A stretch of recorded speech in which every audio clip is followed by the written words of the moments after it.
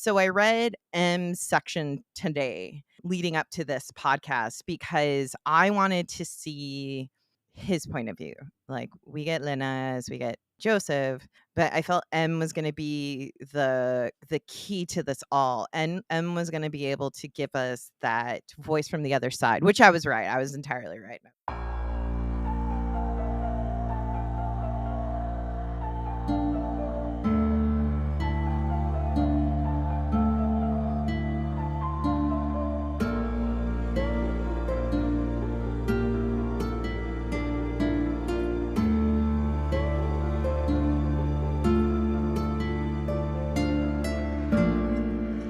Hey everybody, this is Valerie. Don't watch at night warning up top. This is a book club episode, meaning that months in advance we selected a book and we announced it on our show for you to read along with us so that you could then come to the discussion episode. If you've read the book, you're ready. If you haven't had a chance to read it yet, but you really want to, we have tons of resources and reviews in our show notes for you to look through. Otherwise, do consider the fact that we're about to drop some spoilers galore. Welcome back, everybody. This is Don't Watch at Night, your podcast dedicated to spooky movies and spooky books of the Latin American and Spanish language variety. I am your host, Valerie. And I'm Veronica. You're eating? What are you eating? It's just a hard candy. Oh, okay. I thought you had a cough drop or something. But anyway, okay. We are also joined today by a friend of the show, delightful person. Her name is Perla Caballero. Caballero, yes. I'm a gentleman woman. I want to make sure we mention this because in addition to being an avid horror film fan and appreciator and a book fiend like the rest of us, she also recently launched the West Seattle chapter of something called the Morbidly Curious Book Club. Morbid Curiosity chapters. Book Club. Yeah. Morbid Curiosity, yes. Can you tell us about it? There are many chapters. Yeah, they are. So I was starting to follow it online with Patches, who is the main person. And there are a lot of really interesting books. Like Radium Girls is what actually drew me into the group. Radium Girls is the women that actually changed labor safety law. Mm-hmm. And they were the women that were painting the glow-in-the-dark clocks. But they didn't realize that they were ingesting poison because they would make these like they would put it in their mouth to make like the brush. Right. So that got me into it. There's a few podcasts that I'd heard about it. I also studied that case when I was going through paralegal school for work safety. So then there was more subject matters that I really was into. I looked up some of their previous books that I'd read, and I just kind of liked it. And then they kind of launched this national chapter. And I noticed Bellingham, which is 3 hours north of us, and Tacoma, which is 1 hour, about an hour of Seattle, where I live.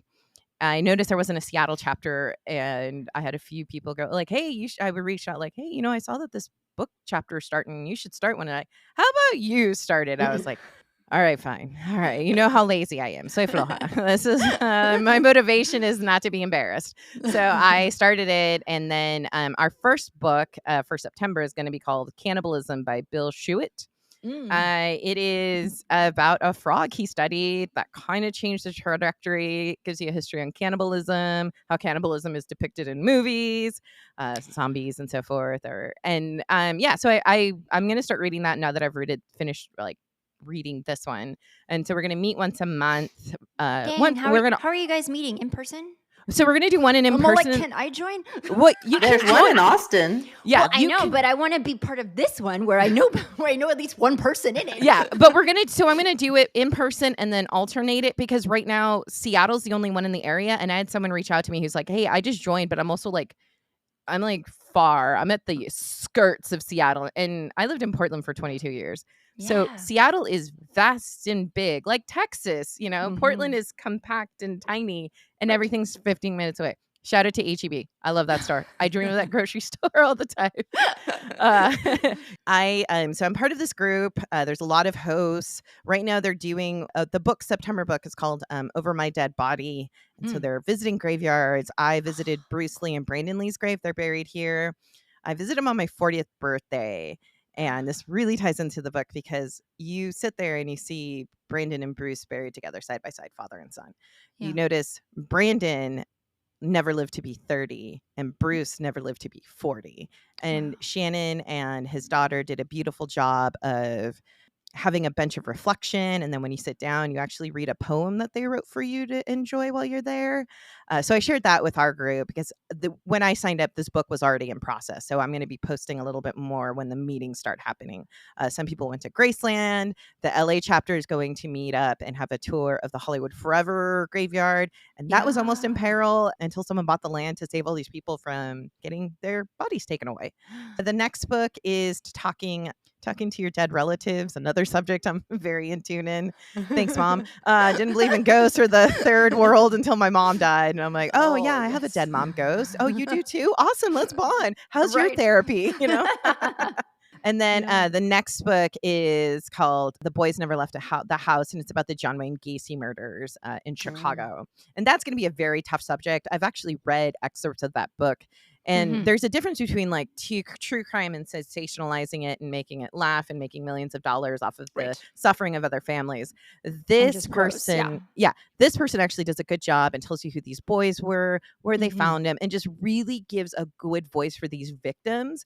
So that is what that book is about. It's morbidly curious things. And book clubs, generally the ones I've tried to join, have been romance or literature fiction. I'm a participant of Silent Book Club. You've probably seen me do that. We start up in September. And that's what honestly kicked off my like reading relationship, because during COVID, I couldn't read at all. Like, I don't know what it was. When I got the vaccine, though, I read Sharp Objects. Then that's when I got into horror. Like, I grew up Jehovah's Witness, so horror was El Diablo va a llegar, kind of situation. So I didn't see a lot of horror, so I'm still new to it. But I just watched a lot of documentaries about horror movies leading up to me just going like, oh no, I love horror. Give me horror books. Give me a horror romance, some sex and a monster. Oh yeah. Feed me that. So one of the things I wanted us to do before we launch into anything like cocktail or book discussion, I had selected a game for us to play. This one is BuzzFeed's Which Horror Movie Cliche Are You? First question, do you watch horror movies? A, all the time. B, just yes. C, sometimes. D, no. Yes. Or no, yes, because I flip between noir and horror. Yeah. Ronnie, what about you? Sometimes. Okay. Well, I just watch them for this podcast. Oh, there you go. I don't seek out horror movies generally on my own. I do find I don't watch a lot of movies, period. What I find I will do just for our own mental health purposes when we are doing, like, we'll watch the horror movies that we watch for this podcast, and then like say it's a movie that we've assigned ourselves, I'll watch the movie, and then that night before I go to bed, I make sure to watch something else just to sort of come down from what it is we just watched. Like, that's why Bob's Burgers is my favorite show. That is like the good calm down walk, your cooling lap. I watch to make sure you don't go to sleep and just get horrified. Okay, next question. Where would you choose to hide? I wouldn't hide. In the dark, in a car, I would fight the killer, under the bed, or I would run for help. You run? Fight the killer. Fight Always the killer. I'm running. No, soy gorda. No, he'll catch me. You hear a weird sound. What do? Investigate? No. Run away. Ignore it. Get ready to fight. Get ready to fight. Definitely not investigate. What is your weapon of choice? Would you pick a bow and arrow, a knife, my fists, the object closest to me, supernatural powers, or I don't fight? No. All of those, except for maybe the bow and arrow, which, how common is that? All of those require me to get too up close and personal with the killer. Yes. I'm running away. Why is this even a question? I'm long gone. I would go with supernatural powers, because knowing me, I'll find out like, oh, I got, when that old Indian woman brushed my forehead with the ramo, I, have the ability to see, my third eye got open. That would be my horror movie. I don't fight because I'm 3 cities over by now. Oh, okay. I don't I want to believe that I would do like a knife or object closest to me. But in the moment, I honestly if the genuinely close, believe you're done. I genuinely believe I would just lay down and get killed. Yeah, exactly. You just wear the red shirt. You're just there. I'm just done. I'm out. Okay. How do you get away from the killer? Run. Obviously, I know Veronica's. Drive. Walk or bike? Oh, I'm driving. Run him over. I mean, if driving is an option, yeah, for sure. Unless he's underneath the car taking parts away. Or in the back seat. Then I'm like, Police set a curfew due to the killings. This is giving Scream. Do you break it to go to a party? A, of course. B, I'm throwing the party. C, yes, but I'll be careful. D, yes, I'll meet new people. I forgot what letter I'm on. A, B, C, D. E, no. And F, I'll be there. I'm an introvert, so no. No. If there's a killer on the loose, I'm not going to become victim number 42. Hell no. My pajamas are on by 9 p.m. I'm such a senora. Seriously, I'm like we are going to Foo Fighters tomorrow, and the show starts at 5. And I was like, yes, yeah. I was like, all right.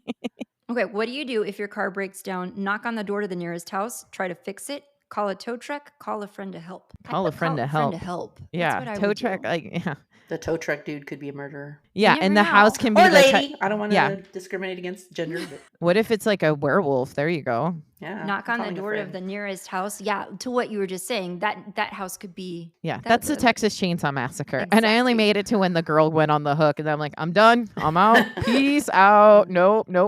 An unknown number is calling. This was such an easy one. An unknown number is calling your phone. Do you pick it up? No. Yes, why not? I don't even answer calls from known numbers. That's I was me. going to say, Valerie, That's I know me. what your answer would be. That's me. Yeah, Valerie, we're It the could same. be me calling Valerie after 2 seconds after she's texted me and she won't answer the phone. If I'm texting, it's usually because I can't have a Me, conversation. me. Okay, yes, but I hang up after I ask who it is. What? That makes no sense. Yes, but only to ask their favorite scary movie. Yes, but I don't speak. No, I think we're all I don't answer united. it. No, You don't no, answer it might be my ex-husband trying to call me. No. Shout out Okay. to the divorce crew. Your friends invite you to go to a secluded cabin. Do you? No.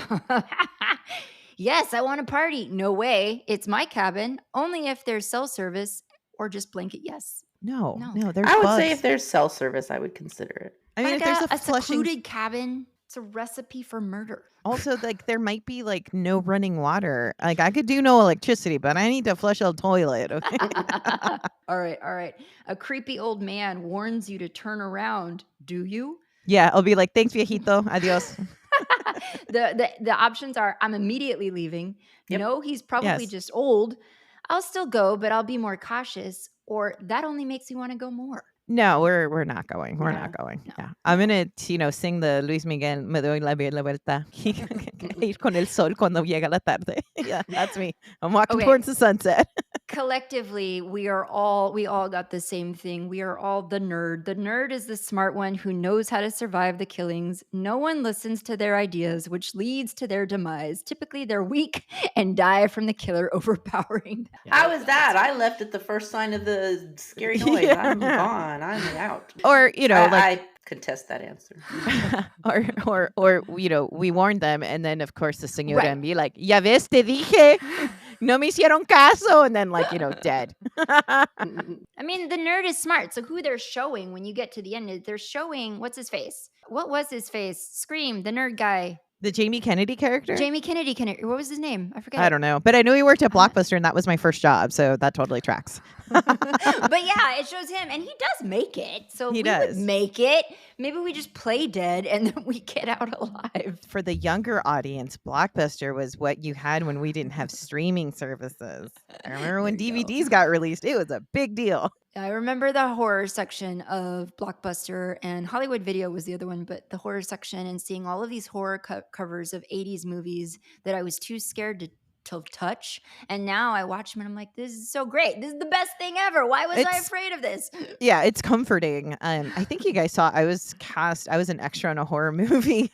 No, And- tell us. So the movie's called Demonatrix, and I am women in church, no line, no rate. The director, there's two directors, and one director knew I could dress up, and he's like, hey, can you come be in our movie? You're gonna be in church, so dress up like you're gonna go to church. And I didn't see the monster, but I've seen photos have been released. I'm like, I don't know if I'm gonna be able to make it through this movie. I'll just see my scene and then be like, adios. And then pizza out. Okay, all right. Well, let's get to the cocktail portion. I decided this is always the section where I kind of lose Veronica because Veronica does not care. What are you drinking, by the way, Veronica? What are you drinking? That Dr. Pepper. Like I said, it doesn't look nearly as pretty as it did when I first poured it. But what we are drinking is the New York Sour. So the reason I decided to opt for this is because I think like in the book, tequila is mentioned several times. Mhm. But it's also in a lot of the books we read. If it's not tequila, then it's mezcal. And I'm not being a traitor to my people, but like I drink other things besides tequila and mezcal. I love whiskey. I love whiskey, so I'm glad you So, picked. so I was just like, all right, let's see what else we can do. And obviously, there is a portion of the book that does take place in New York City. So I was just like, let's go with that. My husband and I recently got turned on to New York sours. So it was just like that makes sense to me. So the recipe that we are using comes from liquor.com or liqueur.com. I will all of this information, guys, as usual, it's going to be posted in our show notes. It's going to be up on our episode blog as well. But the New York Sour per liquor.com calls for 2 ounces of a rye whiskey. I utilized the Total Wine liquor store that Texas has. I don't know if are they We have them here. nationwide? Yeah, Okay, and okay, there's okay. one I that's was gonna gonna be say. built like a mile from my house. I'm so excited because they do Ah, delivery. they do delivery. They also have like tasting classes. They're super Mhm. fun. Yeah. We've done tasting classes with them before. But I tried something called Balcones Texas Rye Whiskey. I did not care for it. So when I tested this out last night, that's what I used. It's all right. It wasn't the best. So what I'm using today is just our go-to Four Roses bourbon. We should That's be a good sponsored. Four I know. Roses. Somebody give us a sponsorship. I can write a really good letter. Let me help you. Okay. So 2 ounces of that, 1 ounce fresh lemon juice, 3/4 ounce simple syrup, 1 egg white. That's optional. And I'm going to talk to you people about that in a minute. And then you're going to float on top. You float a little bit of red wine on the back of a spoon. And the reason you want to pour it over the back of the spoon is because you want it to sit on top. You don't want it to bleed into the drink if possible. Let me tell you what I learned when I was doing my research for this drink. I learned that if you want to get your egg white to really foam up, what you're supposed to do apparently is you're supposed to throw your ingredients in a cocktail shaker, do a dry shake for like 30 seconds, and then add your ice and do a second shake. So we did this last night. We tried this out. We did a full egg white in the drink and we shook for 30 seconds and then we did ice and then we did it again and then we poured it and it was just total foam. Like it was a thick foamy like a smoothie over Mhm. ice. And because I'm committed, I was just like, well, let's see it through. So we poured the red wine over it. The red wine did not sit at the top. It kind of bled through. So it just looked like a brain hemorrhage in a glass. And we tried it. It tasted wretched. So I had to pour it out. So today I did not do the egg white. I don't know what I did wrong. I'm gonna chalk that up to like user error on my part. I will say I think 1 whole egg white for 1 drink is a bit much. You could do half of that. Like you So when said, you've had it before. I've had it before because when I was in New Orleans, and if you love drinking and eating, this is your town. It is very Yes. French, especially the French Quarter. Yes. And I love the art museum out there. It has some of the most unique art Mhm. in the United States. So we went to this one place that is known to be haunted, and like I said, sometimes the room felt a little full, and I'm just like turning around. And it is really good. The egg I couldn't smell it, so I did do you're not supposed to drink it with a straw because they serve it up Mhm. in a cupulette, Mhm. but I enjoyed it. It was a great cocktail. I just made myself a basic little sour whiskey. I used, Bullet Bourbon 10-year. I Nice. actually Uh-huh. opened it for this event. Yeah. I made one for my boyfriend and his dad, and then I made my final one. So I it's a great cocktail. It's also really refreshing with the lemon. So it's a Yes. good Yes. summer Good cocktail. for summer. I was just kind of like looking at the egg and I was just like, yeah, every time I've done anything that involves me not cracking it and frying an egg, it's Mhm. a disaster. So Yeah. I know my boundaries, but I can make a really good gin and tonic with a Yeah. splash of Saint Germain. That's my favorite drink too in the Oh, summer. yes. Yeah, Saint Germain. And then for like the mocktail version of this, we did include a recipe from bbcgoodfood.com. It's go for it if you're game. It calls for a tea infusion. You know, you could go that route or I feel like a lot of these recipes predate the existence of a lot of really good non-alcoholic spirits that are now becoming more and more prevalent. So you could do a mocktail version of this with non-alcoholic bourbon, with a non-alcoholic wine, and get something that, in my opinion, might taste a little bit closer to an actual whiskey sour. I'm really actually glad that you guys do a non-alcoholic version because let's be really frank. This nation, the ones that stayed home were like, well, I was like, I can't go anywhere. I'm drunk or I'm stoned. I live in a legal state, so that's why I can say that. And then when we were kind of coming out of it, and I was like, yeah, so I have a lot of empty bottles in my in my trash. Time to So take stock. yeah, so of I would some- like go, I got into making mocktails because of that reason. Like lavenders, bitters with some club soda became my go-to. There are people who just don't drink. They don't want to drink and you know, I've been around sober people and you're just like, "All right, great, let's make these." And you're working just as hard. You're just doing it Oh yeah. differently. I mean, I and that's like one of the things. Like, I want the mocktail to not just be juice in a cup. Like, there's lots of elevated things out there that you can do that taste really adult and grown up. And Yeah. Anything out of a champagne glass looks great. Apple juice, Right, water. right. So the book that we read, the book that we're going to be discussing today is Monstrilio by Gerardo Sámano Córdova. I'm going to read this little bit. Where is it? Hold on, friends. This is from the LA Times review that I have. That's a great review, by the way. I read it when it by came out. Gabino Iglesias. Yes. Whose book just came out last week. So go and support him. What is it? House of Bone and Rain, right? I saw it at Barnes & Noble. I was just there Wednesday. I almost bought it.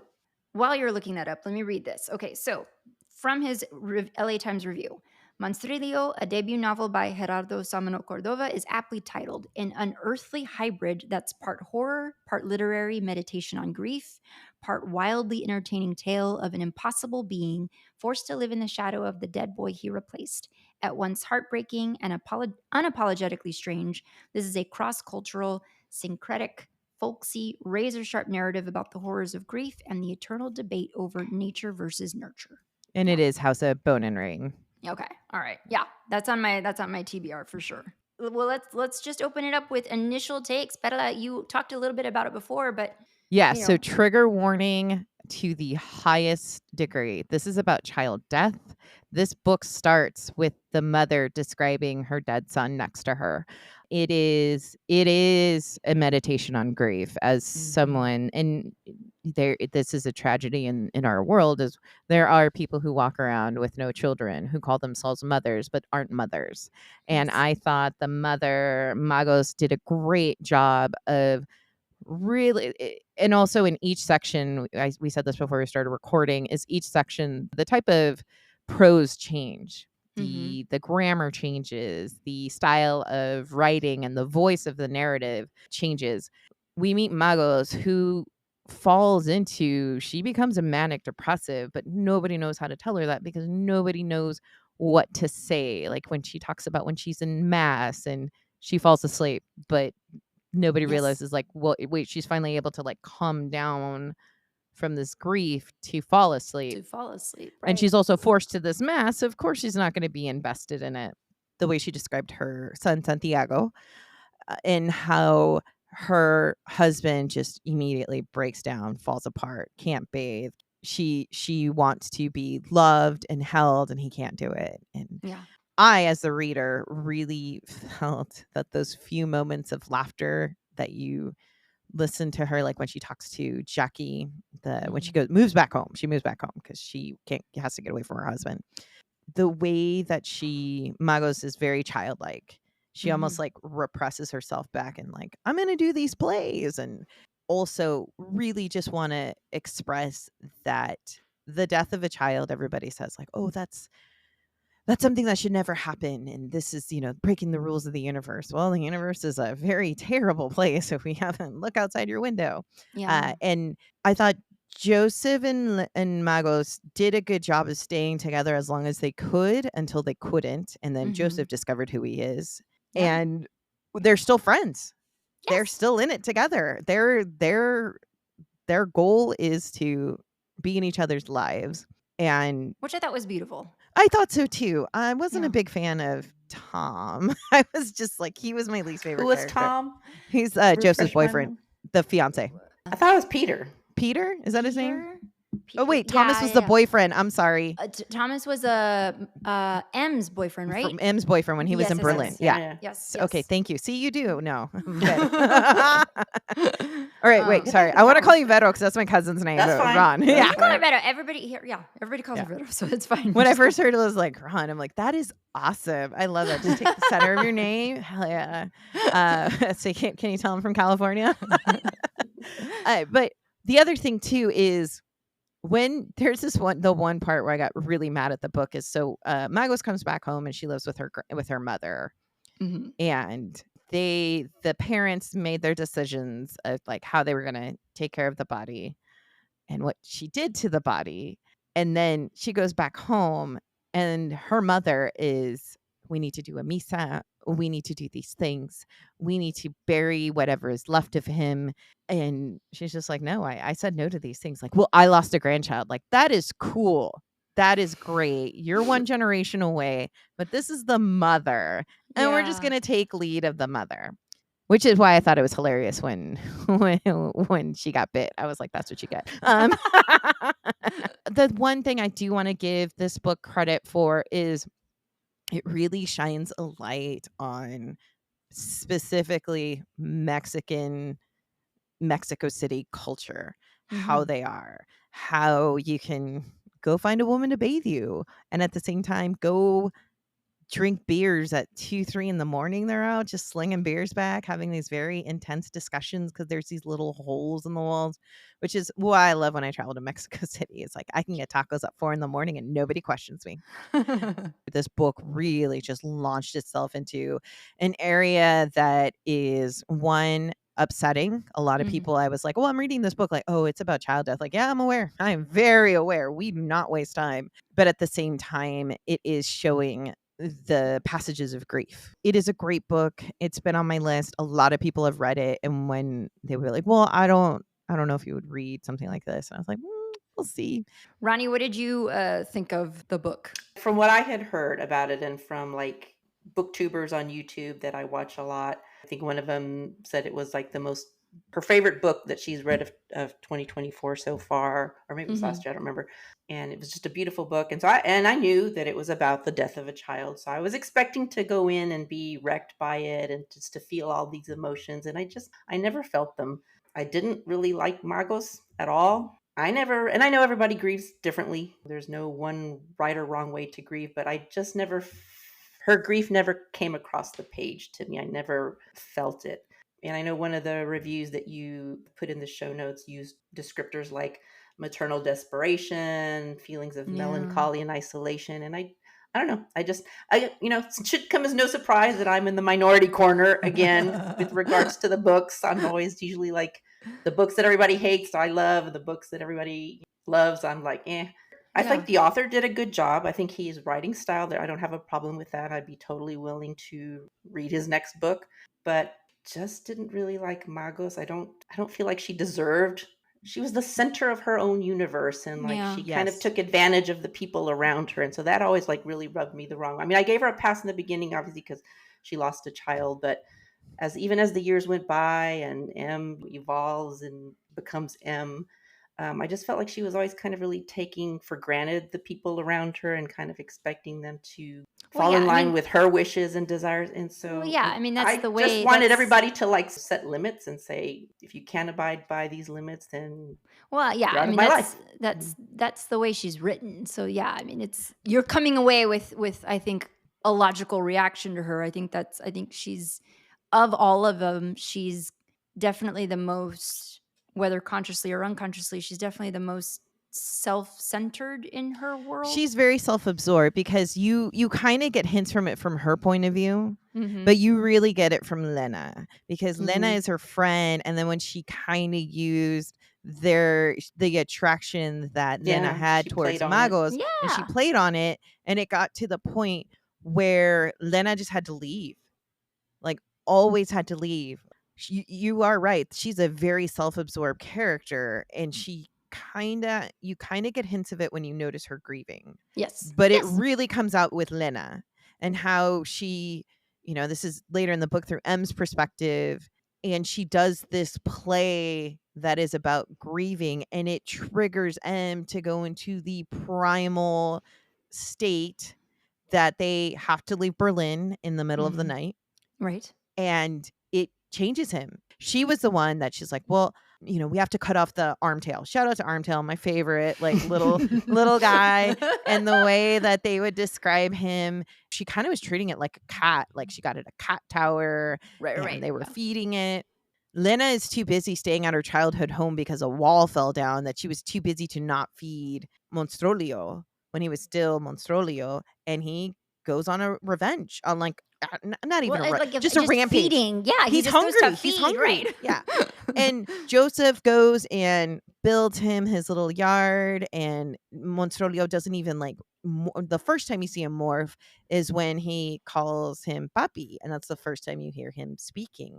And so he's very primitive, kind of like a caveman. Mm-hmm. Margos is always using Lena. You are so right. She is constantly using anyone that's around her. She abandons her child to go do a show in Vienna, I think it is, or somewhere again in Europe, and then decides not to go. So she goes to the Catskills. Doesn't tell anybody. She's like, but I still didn't want to come back to you guys, so I went to the Catskills for a while. It's just like okay. Right. Mothers like that, I was rereading Flowers of the Attic. I was just like, yeah, girl, do yours, do your thing. And the only time you really get a good snapshot on the grief is the opening few pages. Right. And that's what's so interesting, because, and I guess now I can go into like what I felt about it. That opening section where it's like a window into what has just happened, I felt like I definitely empathized with her, because I just picked up on the shell-shockedness of it all. Like, she is just, your baby is dead right next to you, and you're just not thinking clearly, and you're not acting clearly. But then by the time we get to the end of the book, and it, in Lena's perspective, in Joseph's, and certainly by the time we get to M's perspective, you just really loathe this. Like, I don't, loathe is a strong word, but my dislike for her increased with each section, because I was just like, wow, you are, I don't know what you are, woman, but you go figure yourself out, because all of these people deserve better than you. I feel like Joseph, is that the husband's name? Joseph, yeah. Joseph grew, Lena grew, but I feel like she's just still stuck. Yeah, she's making her little plays. That's what she says. Like, I'm still, I want to read one section that really just like haunted me, where I was like, there's always that point of no return. Yes. When I read this passage, I was actually I was reading this in a public setting, and I was just like, oh, I can't do anything. I actually have to stay very, very still, because if I react the way I really want to react, I'm going to get the cops called on me, and I'm going to get 86 People from this will place. respond. Yeah, and I don't want that for a that'll be like, so, Perla, how are you? Well, I got arrested. I caused a scene. Woo! We'll post this mugshot of all in the name of book club. Yeah, exactly. So this is on page 3 of the book. It says, so I'll start reading. It says, their son's body will be taken away for cremation, then a funeral, black clothes, sad family, and sad friends. They're away from Mexico. In her fantasies, his death was in Mexico, but instead it happened in the middle of nowhere house they have secluded themselves in. She feels anger, a feint of anger, only a lighter's flame of wanting to blame her husband, but her husband is too wretched to be blamed. And I was just like, holy shit. Like, wasn't there even a little section, a little line in there, maybe I'm misremembering, where she even mentioned something about there's no one there to witness her. Yeah, that's in the beginning. Something like that. Yeah, that was the first. Wait, tell me, what is it? I don't she's got to read. I don't remember the exact word. Okay, so it's right here. She doesn't have an audience for this grief. Right. Oh. It says, in her fantasies, it's too morbid to call them fantasy. So she's already, but keep in mind, they've known since birth their kid is ill. Their kid was born with one lung. So she's been kind of like putting the chips out, like, Yeah. It's like getting a cancer diagnosis. We could do chemo, but what if the chemo is what kills you, not the cancer? This is on the opening page, and it's on the 4th chapter or 4th paragraph. In her fantasies, it's too morbid to call them fantasies. She doesn't think so. In her fantasy, her son dies in a shopping mall, one of those big ones in La Ciudad, because in the mall there's an audience, and she wants to She wanted an audience, but the thought of dying in the street was too sordid. At the mall, her son collapsed, and she held his little body in his lap. Mall-goers surrounded her in hushed awe of sorrow, unimaginable to all. And then she became La Pieta. This is what she does later in the book. I'm like, Marble and gorgeous. Tears, fat and clean, slid from her cheeks and pooled on her chin. And then she imagined this, and she cried along with her kneeling self. I Yeah. freaking forgot this opening part. Oh my God. And then How before I that- think that was the first little brick in the wall between me and her, and I'm like, narcissistical That was is not a like word. the How first- narcissistic. Yeah, that was the first time I was just like, oh, am I going to be okay reading this book? Because I was ready, like, Yeah. if I can, when I read that page, I was just like, okay, so we have a mourning mother, but we Mhm. might potentially have an unlikable mother, Right. because Yes. she also wanted to euthanize, or Joseph wanted to euthanize M. Also, Magos is the first one to call him Santiago, and he's like, that's not my name. That's not me. So this opening little pages before we go into Magos, she talks about how she likes to see her husband bathe because it gets her rocks off. Or when she's slicing his chest open, she whispers his name like an apology.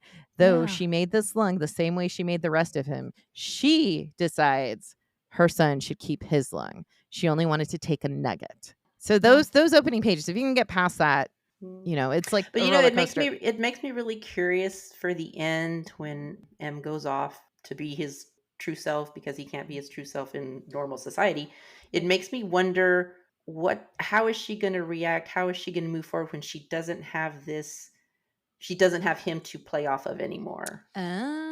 Yeah. When she loses that, it's almost like, what is that, Munchausen by proxy Munchausen by syndrome? proxy, yeah. Like Yeah, when she it's- loses that aspect of thing that draws sympathy or attention, or that she can use to her advantage, when she doesn't have access to that anymore, I'm curious what she would do. But she also uses him for her creativity and her drive, Mhm. because he's her assistant. She doesn't tell the world, oh, this is my son's lung that became a man, that Right, so morphed and mutated.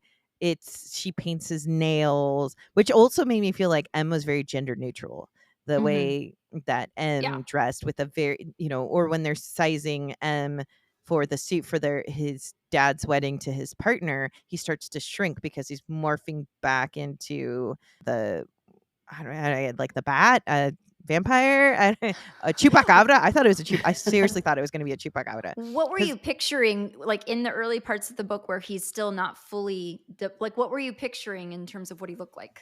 A little bat with no wings and an arm tail, just a little arm tail, because they said he used it to swing. So I almost pictured like a little changuito, the little spider monkeys, the little babies. I was picturing a monkey kind of thing, yeah. Or like a sugar glider, that's what I would like, a black sugar glider. And I love how they described how he was hairy, and then he lost his fur. They abuse Lena for her. Oh my God. For her medical knowledge, yeah. And then when they're like, well, we want to take off the arm tail because we feel like that is keeping him primal.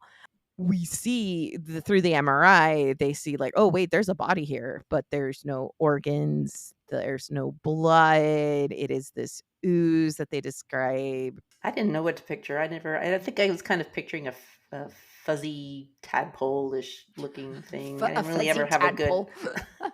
And he also talks about like unhinging his jaw to show his Yeah. fangs to feed and stuff.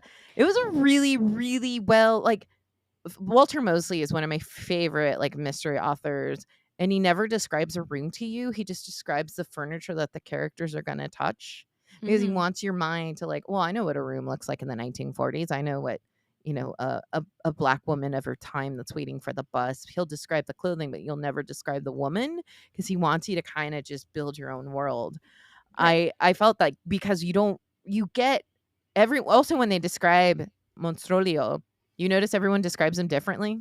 Joseph is when you find out, oh, we've essentially time jumped, that he's a fully formed man. Yeah. And M tells us what it was like for him to get a walk with his legs, and how his mother would laugh at him. Ron, I wanted to ask you, because like to round out your thoughts on it, because we already know Bella and I both enjoyed M's perspective probably the most. What was your did you have a POV that you enjoyed more so than the others? I liked them all really, except for Magos. I didn't like her, but I I wanted to enjoyed shake the her. rest of them. Yeah, but I enjoyed the rest of them. I don't know if you can hear that, What? but there's like a huge bunch of lowriders coming out in front of my house. Oh, No, no. I don't. Oh, okay. It's not All right, picking good. up. I'm like, that's why I keep looking out my window. I mean, it is like the cholos are there and I'm trying to find the taquero. So But Ron, what did you think of M's perspective then? Like specifically his POV? I mean, I felt a lot of sympathy for him because you want him to fit in and find his place, but deep inside, it's not going to happen. And then a part of me was like wondering, was like, when things happen in Berlin, when he kills the neighbor, I don't know. It's always off putting to me. Like, I don't know. I don't know if that counts as cannibalism because is he a real person? Like in terms of human, what is he? But just the eating of human flesh is always kind of like ick. Yeah.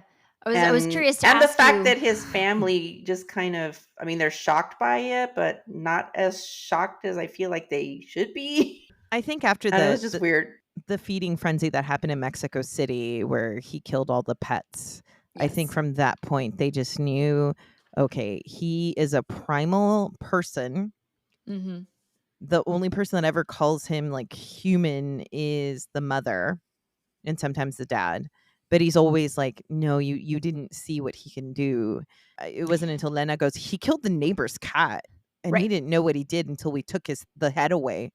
So I feel like M was just like this animal in a sense. Like it's Yeah, and the only person who I feel like genuinely understood M's, I don't limitations is the wrong word, but like the only person His who truly, instincts. right, instincts, that's a better word. The only person who truly understood M's instincts was Lena. Is it Lena or Lena? Lena, who understood him in medical context. Like this is who he is biologically and who he will always be. And so she kind of understood that like there was certainly a line that M was going to eventually reach in terms of how much he might attain, quote unquote, humanness, because at the end of the day, he's not fully human. He's M. He's M. yeah. Whatever M is, that he's M. He has a fuzzy forehead. I remember like when he was starting to turn more and more primal, his like forehead was getting hairy and trying to shave it.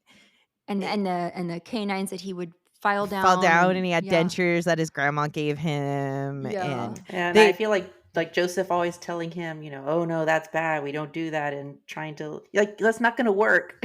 Well, like, and this is what I loved about M's POV. By the time we get to it, I loved the writing style of his POV so much because it was so uncomplicated. And it is. It's just like it is sort of. And I can't remember, Betta, if you're the one who said this or if I read somebody else that had this take on it online, but someone said that it's like his section was really the section that felt like that is genuinely his voice. Yeah. That it's just like it's him speaking, and of course he has no inner turmoil about the things that he wants or the things that feel natural to him or what he wants to bite people. He doesn't. Yeah, he's just like, why? This is the way that I feel it needs to be, and I don't really understand all of you and what you're doing and all of the ways in which you're hiding behind your own facades. He's like, that's why he also makes no sense to me. He also liked Uncle Luke the most because when he talks about how he spends time with Uncle Luke and Uncle Luke lets him read. Lets him be. And Uncle Luke is nonverbal. He doesn't speak. So he just grunts and writes him notes. And anytime he would like unhinge his jaw and show what he says, I unhinge my jaw and smile to my ears and let my head go back so you can see all my teeth. And he would just give me a thumbs up and go do what he wants. He brings him half of a cow so he can eat because he knows like he has, which I'm like, dude, that's like a carne asada. Would Uncle Luke be giving him the thumbs up if Em had started like chomping on Uncle Luke's leg or something? No, I think that's why I think that's why he gave him the cow is because he's like, yeah, he's just like, that's what I do with my dogs. Like before we started recording, I gave him like two big treats to munch on so they could be quiet. They clearly were not, so fail on me.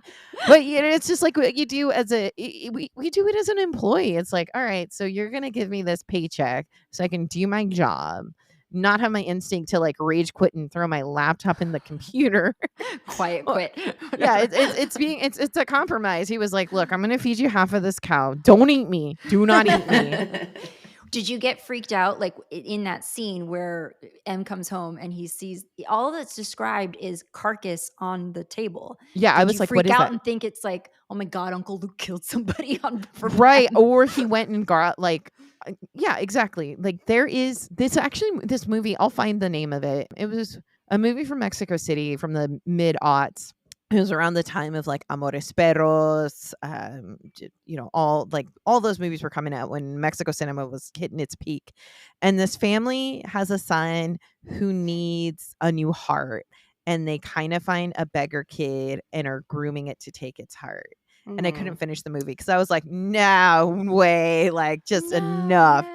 It was giving me those vibes because especially when you're reading it from Lena's perspective, where she's the one that she has to amputate his arm tail because the mother just doesn't like it, and how Joseph is ready to put down essentially like humanly. He's like, oh, he's not the same. He's not He's eating. suffering. Yeah, he's turning gray. He's not happy. He doesn't like he's not forming. And he's like, well, we just need to put him down. We need to euthanize him. And we get the only time she has any redeeming quality is where she kicks them out and takes her son and runs away. And that's Lena moves to New York and becomes her own person because she's not responsible for Magos anymore.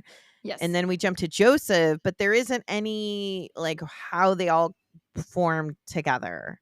Like we know that they get divorced because he talks about it because he's about to get engaged and he's living with a man. And I was like, all right, well, yeah. Shout out to the queer love. I love when queer love surprises. Did I miss a chapter? Yeah, exactly. I was just like, I'm like, well, that was a jump, but okay, I'm in it. Let's do it. because he's like, Thomas says we need to get ready together, and he's like, oh, it's like, let me read this paragraph. It is. I love that you brought paragraphs. I love that you like came prepared to read sections because we don't. Can you tell I work in legal work? Show me your case. I'm trying to follow along with you in the book So it's at the beginning of Joseph's section. It says, get ready, Peter says, and he ran to our bedroom. I ran too, hoping if I intimidated his zest, a zest for most anything, I would one day catch it. I found him in his underwear trying to choose between black jeans or slim gray trousers. I stripped down to my underwear too, relishing the moment that if we were at boy camp. I pinched his ass. Peter told me to dress. I wore a sweater without a t-shirt underneath, which made me feel sexy. Our room, the shared air, and the warm light coming from our bedside lamps, and Peter's giddiness invited a kind of euphoria. Also, if you notice again, the writing has changed. There's a lot shorter sentences. Like Lena is very, this is the issue, this is the fact. But I'm like, wait, who's this guy? Who's Peter? Where's your wife? ¿Dónde está escándalo? What is this? Actually, that brings me to an interesting, like talking about the evolution of this family unit. This brings me to one of the reading group questions. And I love it because we're naturally knocking through these reading group guide questions. But one of them is, the novel centers a family that is made up of both biologically related and chosen figures. Ron, I know you've talked a lot about like one of your favorite concepts is the concept of chosen family, found family. Mm-hmm. So the question is, how essential is this unconventional family system to the story, and relatedly to Monstrilio's development? If you want to start. I don't know that I consider this an example of found family necessarily. By the end, yeah.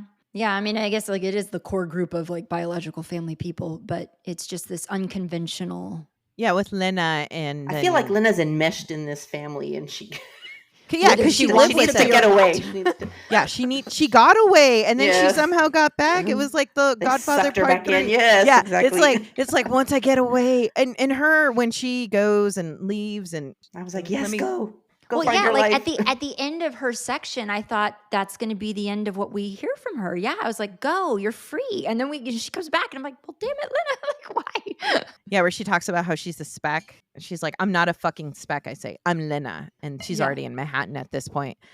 Yeah, I feel also Lena is really. I think if we could like pass legalized sex work, she'd be a perfect example of like sex work is work. It's work. And I'm very pro that. It's the oldest profession in the book. It's listed in the Bible. There you go.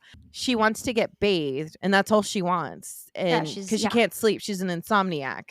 Probably because she's a surgeon, so she's cutting people, cutting people, saving them, and she probably might deal with death. Doctors, lawyers, all these people with very high stress professions do have this. That is their downfall. Is they can't sleep, they can't turn off, they stay in these kind of like very high stress situations. She's hiring sex workers to bathe her and put her to bed so she can sleep. That gets taken away because again, Magos just shows up and just spreads like an oil and taints contaminating everything. Yeah, exactly.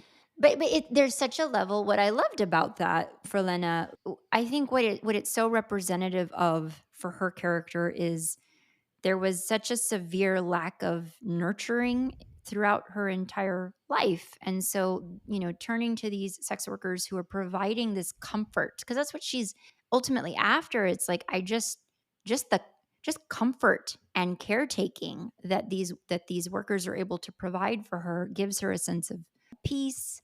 And yeah, like we've been saying, it allows her to be able to quiet her mind enough to sleep. I also thought the mother was really rude to her because which one? Wait, Mago's mom. Because when they go mom. to the funeral, and then you see from Mago's perspective, is she's like, I don't want this, and then there's like family that's crying and overly doing it. Like there's that one cousin where the mom's like, clean your face and get the fuck out, which would be me. I'd be like, enough.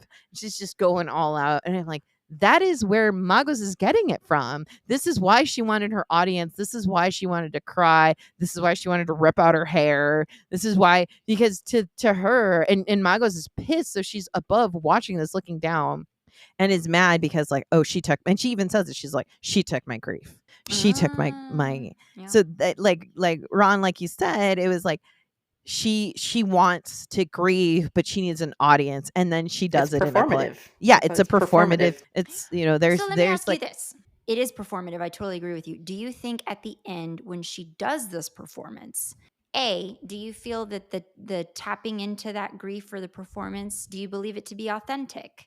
And then B, do you believe it to have truly been cathartic for her? And I know that's not laid out in the book, so I'm asking you what you choose to interpret from what you read. I don't. And I'm not saying that I don't think that she, in her own way, felt grief, but I feel like she, in that performance, or her art, that she was kind of that person at the funeral who's just like overdoing it. It's just, like it was more for the audience than for her. Mm-hmm. I mean, so I just didn't. More to be provocative than to. Yeah. And just the fact that it just either it never occurred to her, or it occurred to her and she just didn't care how it was going to affect M. Yeah. Or even Joseph and Lena for that matter. Like, because it just pissed off Joseph the minute he saw the pajamas. He was like, holy fuck. And she called the performance. So Lena in the book, or I'm sorry, Magos in the book moves to Berlin. Somehow Lena is back. Or something. Lena and Joseph are still in New York. They've connected. And then Magos and M at this point, because he's formed into his human form, they are in Berlin, and he's an assistant, and he's working at this art gallery. And so she's doing these performances that she starts doing when Monstrilio is living in his little play yard that his dad took very good care, like made him. I thought it was really cute when he was like, well, I made him this really nice little area right here so he could go to the bathroom. Where you can go to the bathroom? So he could have some privacy. This is why I put up these walls, and I put up a cage, and he has his little like ropes and stuff like he took a lot of jungle gym. Yeah. Right. Yeah. He kept calling it the jungle gym. And when so I honestly feel two things happened when she did that performance. Is one, she's like, I'm about to give the best performance of my life. High five, because this is why I'm famous. And two, I'm going to rip into my grief. And she doesn't realize how she did that negatively. It's like kind of like you open the Pandora's box, because when they're looking for M, she wants to go to her party. And then she walks in and she's like, I don't want to talk about the performance, because she's realized, oh, wait, I fucked up my son. Right. My ex-husband's mad at me. Lena's ready to murder me. Lena was so fucking pissed, and shout out to her where she was like, what the fuck was that? And I was like, yes, girl, like, yes, you're the. I felt like Lena was also the audience. The audience was her. You get how you start reacting it, regardless of where you're coming from, is you're getting it from Lena. And that's why she's like, well, I'm not going to do the second performance. I'm like, you were going to do 2 of these? What is wrong with you?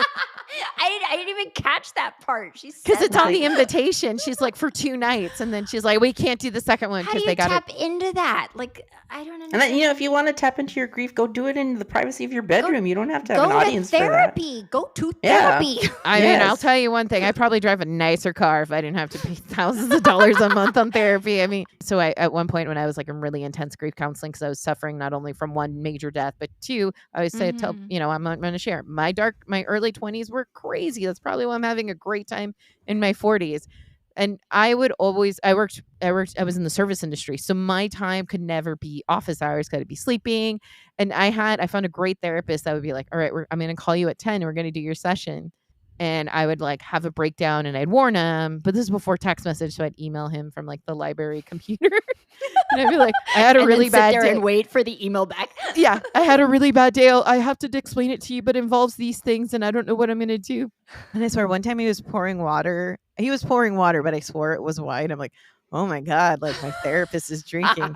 And I asked him like, hey, am I forcing you to drink? He's like, no, you've made me get my own therapist. I was like, Oh no. wow. Like I'm such a broken person that my therapist, not only did I have to have a therapist, I had to have a psychiatrist. And then they were like, you know what? You need somebody else. So let's bring in a sociologist and a doctor to kind of help you. And, you know, that was an intense 6 months of my life, but I'm better now because of that. The fact that like it's in the invitation that Joseph gets was when they take off. And Tom, all he wants to do is like, we need to tell people we're engaged. We're going to go to Berlin and we're going to go celebrate, you know, her. But it's really about my engagement. Or in M's, how do I find it? When they go to the house, because Lena decides to uncork her crazy and start planning a wedding for her ex-husband and his soon-to-be husband. And they go to the house. Their house, right? Yeah, their house where Santiago died. Yes. Which was her idea. Right. And wild idea. Her wild idea until Peter opens the door and she gets mad. And I was like, gotcha, bitch. And at this point, this is when his stump is starting to wake because his body is morphing back into. Yeah. So this is on page 318. And this is from M's perspective. And you're going to notice it reminds me a lot of the just like early like beatnik writing, because Jack Kerouac never liked a comma, and he was very direct. Right. I had to study a lot in college. So it starts, welcome, Peter says, or should I say welcome back? Or maybe you shouldn't say anything, Mommy says. Right, Peter fumbles. Say he'll let Papi know we're here and runs to the house. Easy, Lena says. He's trying, Magos. His son didn't die here, Flaky. He doesn't know. He's playing host in the house that isn't his. You suggested it. But it's annoying, isn't it? I'm allowed to be annoyed, Uncle Luke grunts. I hated She's it because such it's just like she's a brat. She is such a, you know, in it's Mexico we bratty. call, That's what it is. Remember And las not in a way- creídas, las fresas? That is what Magos is. Lena she came from poverty, worked her ass off. Her family died.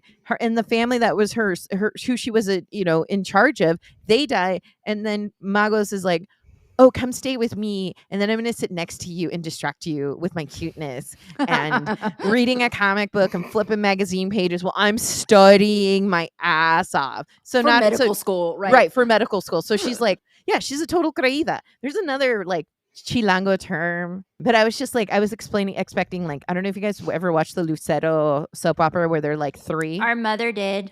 Okay, well, bring la señora. And there was like the creída that was like the rich one, the blind one, and then there was the I found the episodes on YouTube during COVID. I'm like, yes, I'm gonna watch this from beginning to end. Oh, you should send them to us. We'll send them to our mother.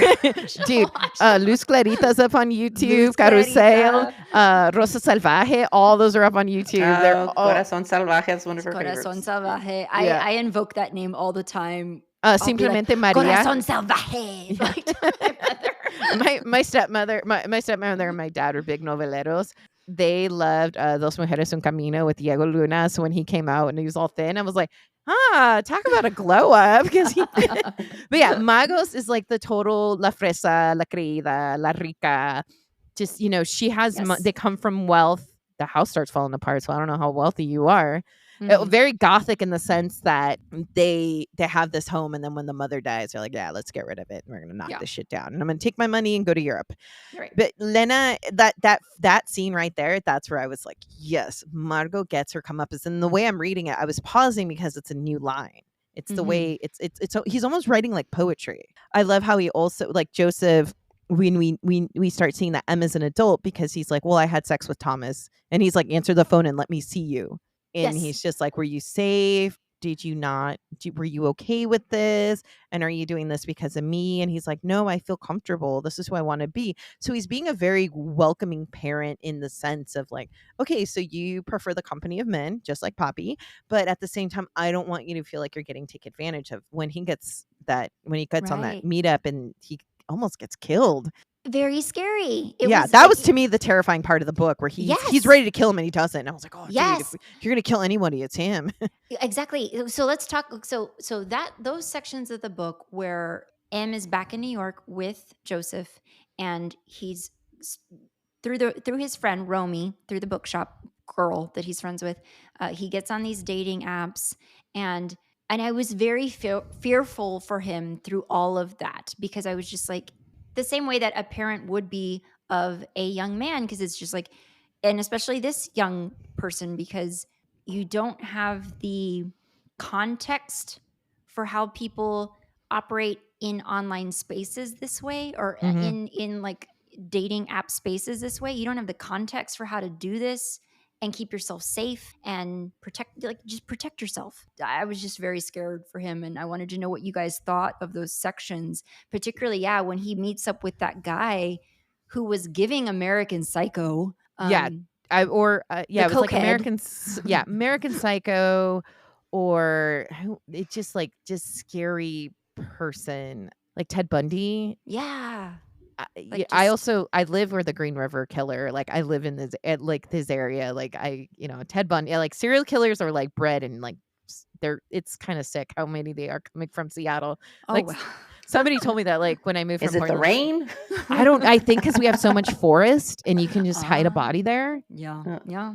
What I thought was interesting too is when he's going through, when you meet M, in that scene where he was like, he has him do cocaine. I've never done cocaine, because every time I hear about the devil's booger sugar, I would feel like I would just, the euphoria you feel, I would be like, oh, this is great. And you see why people are addicted to drugs. It's probably why I Right. stick to my booze and weed, because I can be like, I can put you away. The fact that there's no walls, it's just a It's just bed. areas. Yeah, Yeah. it There's definitely giving me like rooms. American Horror, vibes of just Yeah. like it's just that was where I was like, my skin was turning.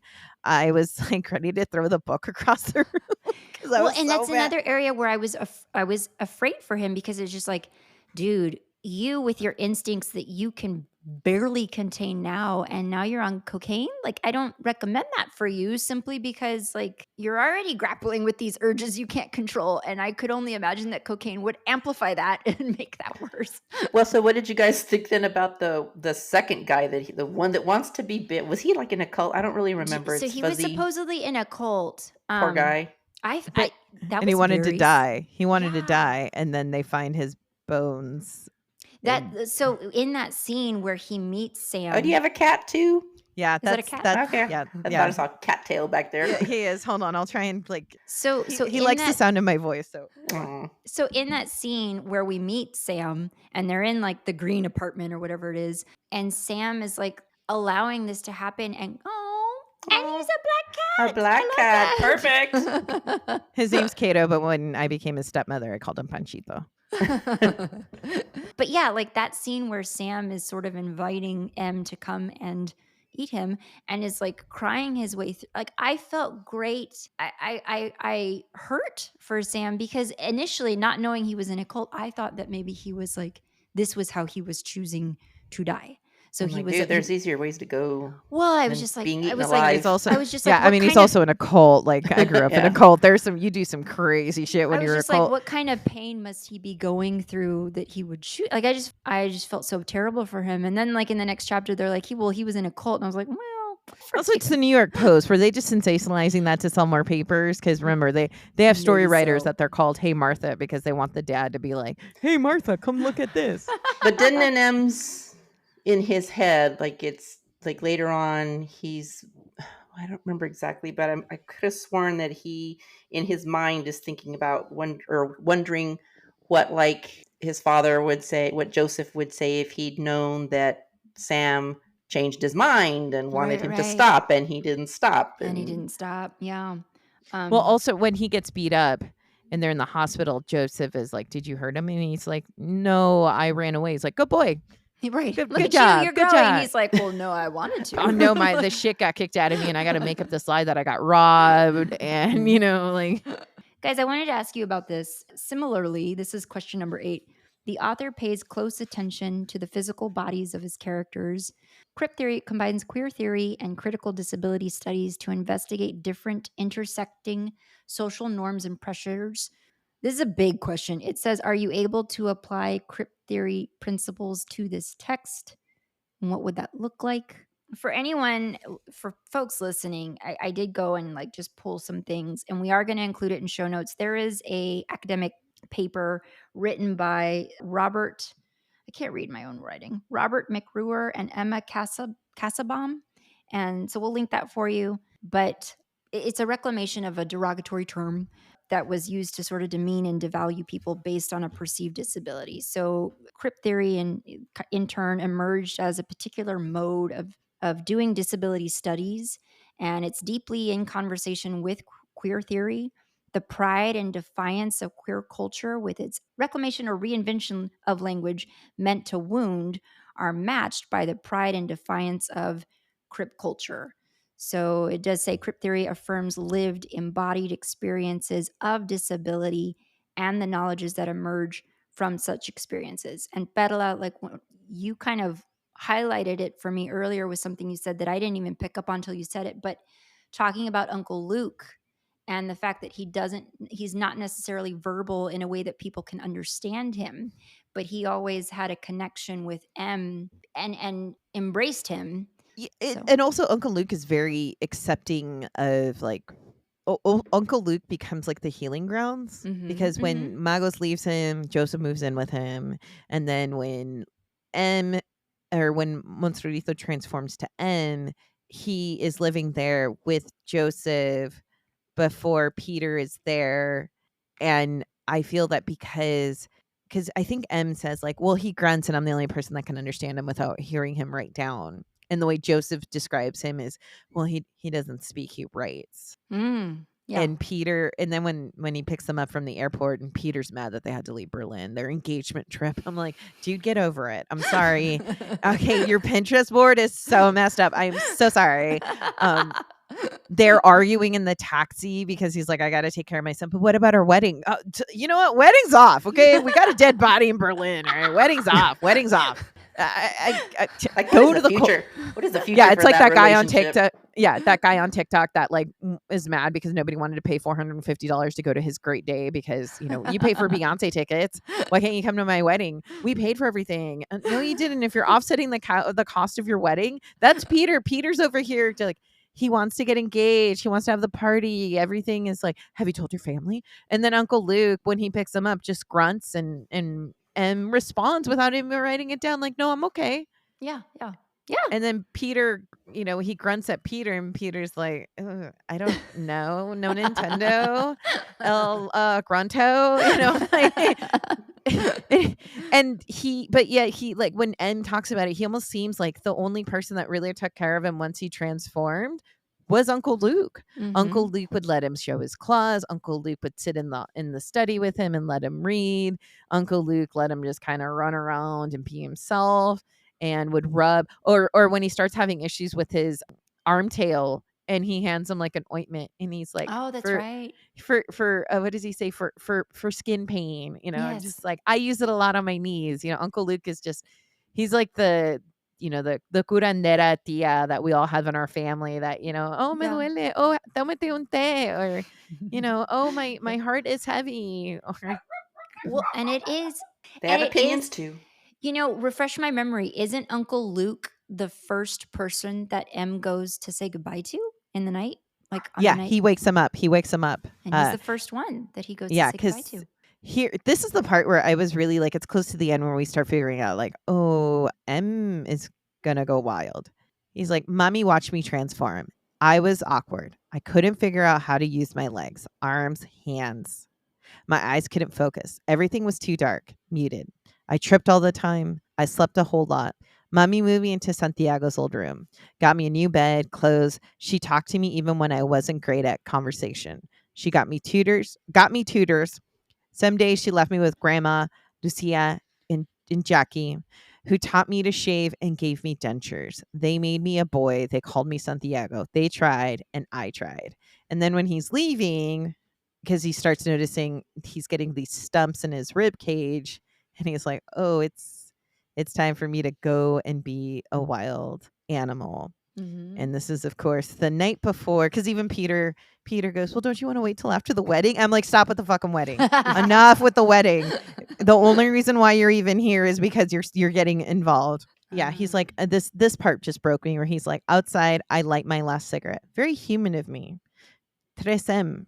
I puff out smoke, watch it, and swirl with nothing. And he's so then in the final, he's like, I wake up Lena next. Oh, Santiago's room is silent except for Uncle Luke snores. I tiptoe, but he turns on the light as soon as I walk in and grunts. And then he goes down the list of people. So let's get to that. So this is the final question. Did you enjoy the ending? Did you find it cathartic? What do you think happens to Monstrilio after the final page? And what do you hope for these characters? I really hope Lena just got away from everybody and was like, adios, nos vemos, lose my number, 100%. ni me hablas en el Facebook, nada. And she just continues her career of being an amazing surgeon. Joseph and Peter will get married, but Joseph will get annoyed by Peter. But how is he gonna explain to Peter why his son is like, or the person that Peter thought was his son just, is gone? Like, well, let me ask disappeared. you, did you guys cry? Because I cried. I cried. cry. When he took You off didn't his clothes, cry? like I I got a little misty eyed. I cried during these sequences where he's saying goodbye, and I thought it was really beautifully written.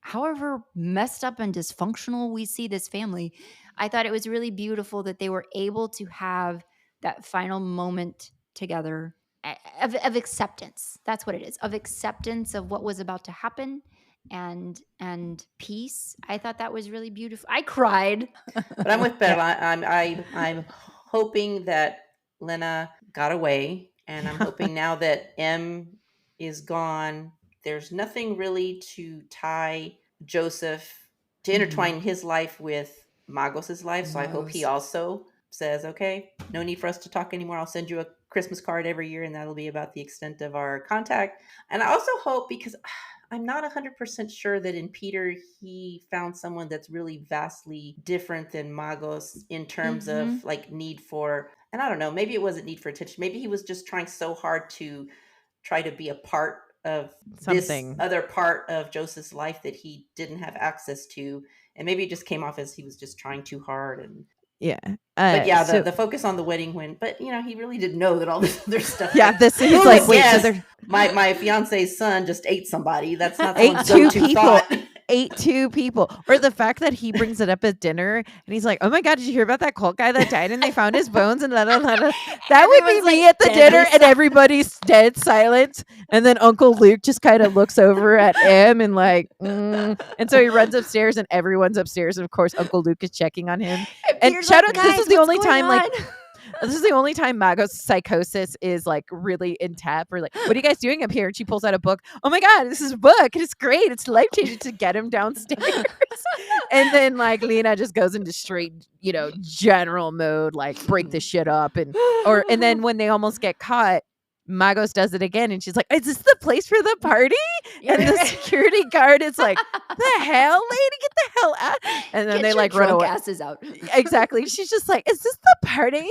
But so this is where I got really teary-eyed. So this is where he's saying goodbye to his family. It's on page 232. Okay. I'll do my best. I'll pause. One of the things that you hear in the book is the reference to dogwood trees, because Santiago used to sit under the dogwood trees and color or get fresh air, and they would look at him. That was how Magos, and then also Joseph says he loved being near a tree, which is, they even reference it when they're building him his little play yard, Yeah.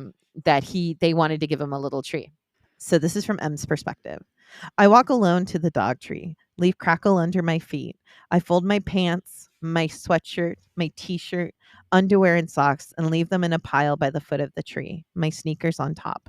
Mommy, Papi, and Lena and Uncle Luke watch me from the other side of the pond. Lena holds Mommy's hand. Papi puts his arm around Mommy. Uncle Luke stands behind them. Mommy blows a kiss. I turn around towards the woods. Ahead of me, there's only darkness. It will swallow me, but I don't panic. The panic is not mine to carry anymore. I can let it go. My arm tail uncramps. I unhinge my jaw. I let my mouth stretch as wide as it will go. Soon I won't feel the cold anymore. My body is already regrowing the patchwork of fur. The world's lightness before me and reveals its edges, its shapes, and its in between spaces. I step forward. It is such a It's so beautiful. It's also like the afterlife theory is like, again, me going in my near death experiences. You do, like, people that have come back from life or like committed suicide and survived. There are people who have done that, where they've like committed suicide, they survived, and they describe what led them up to it. Again, please, if this conversation is too much to handle, it is okay to turn it off. And if you need to have a Bob's Burgers or hug a friend, it is okay. We're being very raw in this conversation. And one of the things that they describe is how at peace they were prior, or or just near death experiences, like the unsolved mysteries. They oh wait, I saw a light, or I saw darkness, and then I saw light, and I didn't, I was fine. But the fact that M realizes he's not human, and he sees his family, and if this is, I think, the only time where Magos is actually genuinely in tears, because she got a second chance with M.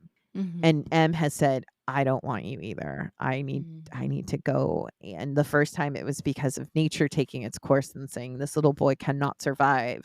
And so she got to have like this part 2, and altered it, cut off its armtail, and now Armtail has 2 siblings. So there's 3 armtails, potentially a 4th, based on the way he was describing his rib cage. And he walks away, and he's like feeling like the shedding of like, I don't gotta pay rent, I don't gotta work. And he doesn't have to carry the expectations of all these people. Like, I have to shave my face. We're expecting him to be something that he was never going to be. Yeah, it's like the theory of like, so like dogs are domesticated coyotes and wolves and centuries, but can you imagine what the first Chihuahua was like in the Aztec, or a Nanjaele Squinkle? I would be afraid it would bite me like it bit the grandma. So that part was like, I'm like reading it, and then I look at the clock. I'm like, I got 1 hour to like curl my hair, put on my lipstick, make this drink. And I'm just going to like go into this mode of like preparation, like Lena, because when he's like, I walk into the darkness, it is one, if you ever watch noir movies at the level that I have, which you guys have seen, is like anytime the main protagonist walks into the darkness, that is the turn in the movie. That is when things are either going to go bad or that person never comes back. Right. That person goes into the room, and then you hear a pop, pop, and that's it. So the gentleness of him like shedding his clothing, shedding his skin, and then his body's morphing and his fur's coming back, and he's not cold anymore. It made me go like, okay, you go be a little wild. What a But do you think he is going to just is he just going to continue to devolve into back just that little chunk of lung, or is there going to be a stopping point for him?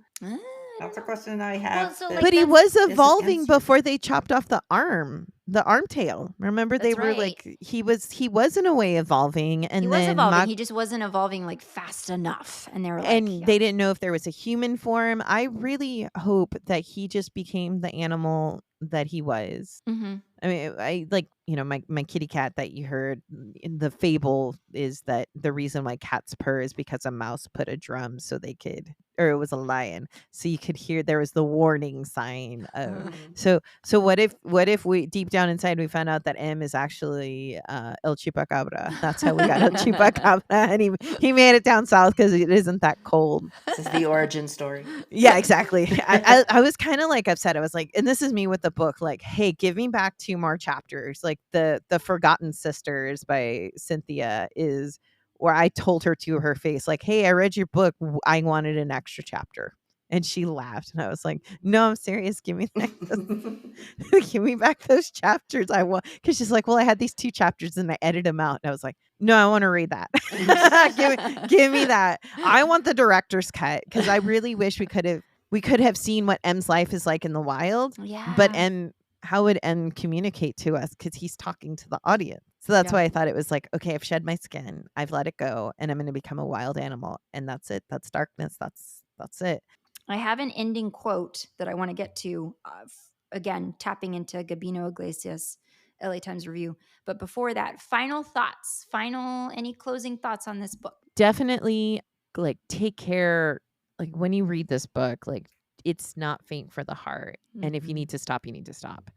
But I really love that one. This is a Mexican author who wrote in English and gave us an experience of being able to enjoy a great horror mystery. Yeah. And it is a mystery because it's like, well, who are the monsters? Is it the mom? Is it Who are the little real monsters? Yeah. Right. Who are the real monsters? And usually it's the humans. Yes. So I heard someone say, like, well, it's a Frankenstein story. And I'm like, is it? No, it is. It's our creature. We created it. It's a great read. It's a great summer read. Like, I read part of this book on the beach and it was fantastic to just be out in nature. And then I also read part of this book in the middle of the night. So it's one of those that, like, just, you're cool. You want to, but you can stop the book because there are points in this book where I was just like, I don't know if I want to continue. Ronnie, what did you feel? I don't know that I would classify it as a beach read, but different strokes. Anything's a beach road. Yeah, exactly. Different strokes. But no, I thought it was this his debut work? Yes. Mm-hmm. Yeah, it's his first novel. Yeah, so I mean, definitely I think for a first book, it was really good. I'm up for reading more from this author. I like that he presented the story that we got it in the 4 chunks, the 4 different viewpoints. Yes. I thought that was a good way to kind of give us a 360 viewpoint of this situation. It wasn't just all through the lens of one particular character. And I like that he saved M's part for last because that really gave us the inside looking out perspective. My main problem was just Magos. I just didn't like her. Almost really from the get-go when she started with that, if he had just died in the mall where I would have had an audience to my grief. That really just kind of set her on my wrong side, and she never recovered. Yeah, I enjoyed the story. I didn't cry. I went into the story thinking that it was going to be emotionally wrecking for me. So that didn't happen. So kind of disappointed, but not really, because I didn't really want to be in a depressed funk either. But yeah. I hate when you walk into a book and you're like, nobody told me about this shit, and you're like crying for 2 days straight, and you're trying to tell people it's a good book. Trust me, like, no, why are we watching another episode of Buzz? We're like, it's a fucking book. It's like me in an opera. There's like an opera that I start playing, and my boyfriend will be like, "Honey, you okay?" But I definitely all throughout felt sympathy for Monstrilio and then for M all throughout. And I just hate that Magos always got her way. Yeah, Magos definitely was like... I hate that she always got her way. She's definitely like the instigator, and yet at the same... She's like the protagonist and the protagonist at the same... She's the antagonist and the protagonist all in one. Like I said, those opening pages, if you can get through that, like, that is like the ramp up to the roller coaster, because you will swing in emotions, like when Monstrilio attacks the grandma. I honestly, like, I was like secretly laughing. That's another part though where Magos pissed me off when, like, what was the housekeeper's name? Jackie.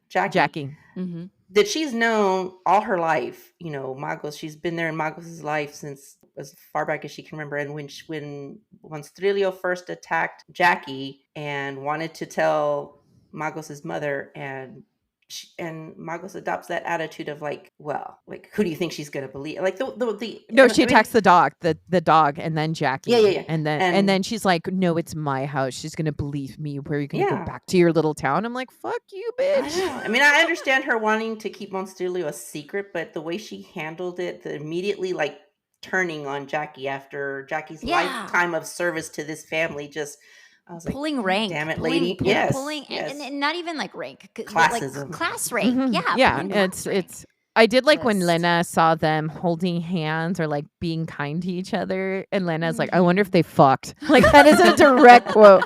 Like Lena's just like, that's why I love her doctor. Like, I wonder if they fucked. Anyways, I got to deal with this pizza. We're gonna have some cocktails. Like, For whatever reason, like I said at the beginning, like this book was hard for me to get into. I attribute that to me, to my own just brain fog of summer.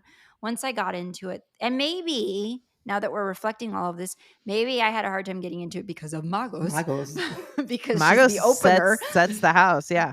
But the more I got into it, the more I enjoyed it. And then by the time we get to M, he is my favorite. He is such a beautiful spirit, and I would hope that he goes on to just live a life and be true to himself and be happy and fulfilled and no longer hungry. I want him to no longer be hungry. Gabino Iglesias wrote this great review. We've got it linked for you guys.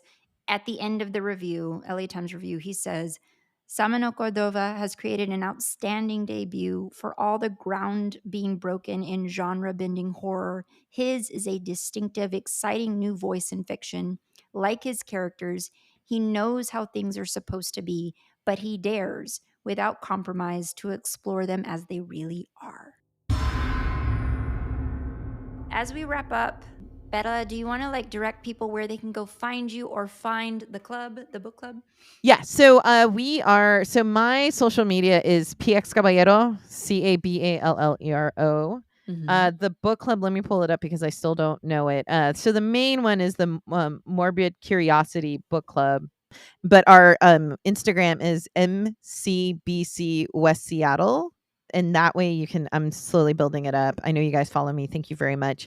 We'll have posts, but it does link to the main chapter where you can find where your social chapter or your local chapter is. And if there isn't one, create one. I mean, we're reading again as a nation, which I think is great. And it's just subject matter that is very sensitive. Like I know I'm gonna lose some members that are just not gonna touch the John Wayne Gacy book. Like, no, we're not doing that. And again, protect yourself. And you can just follow me. You can see photos of Zorro and Coco Chanel, who made cameo appearances. Also, my boyfriend's cat Kato. I'm his reluctant cat mother. And I live in the Pacific Northwest. We don't have HEB, and I have to ship in my Whataburger sauces to Seattle. I just did this. And yeah, it was great. I hope I can come back for another book club, maybe like 2-3 books. We need to pick another book. So if you have recommendations. So our next episode will be, guys, a movie discussion episode. I was going to pitch, Veronica, I didn't talk it through with you first. Did you text When me about Evil Lurks. When Oh, Evil no. Lurks. So this movie is available on Hulu.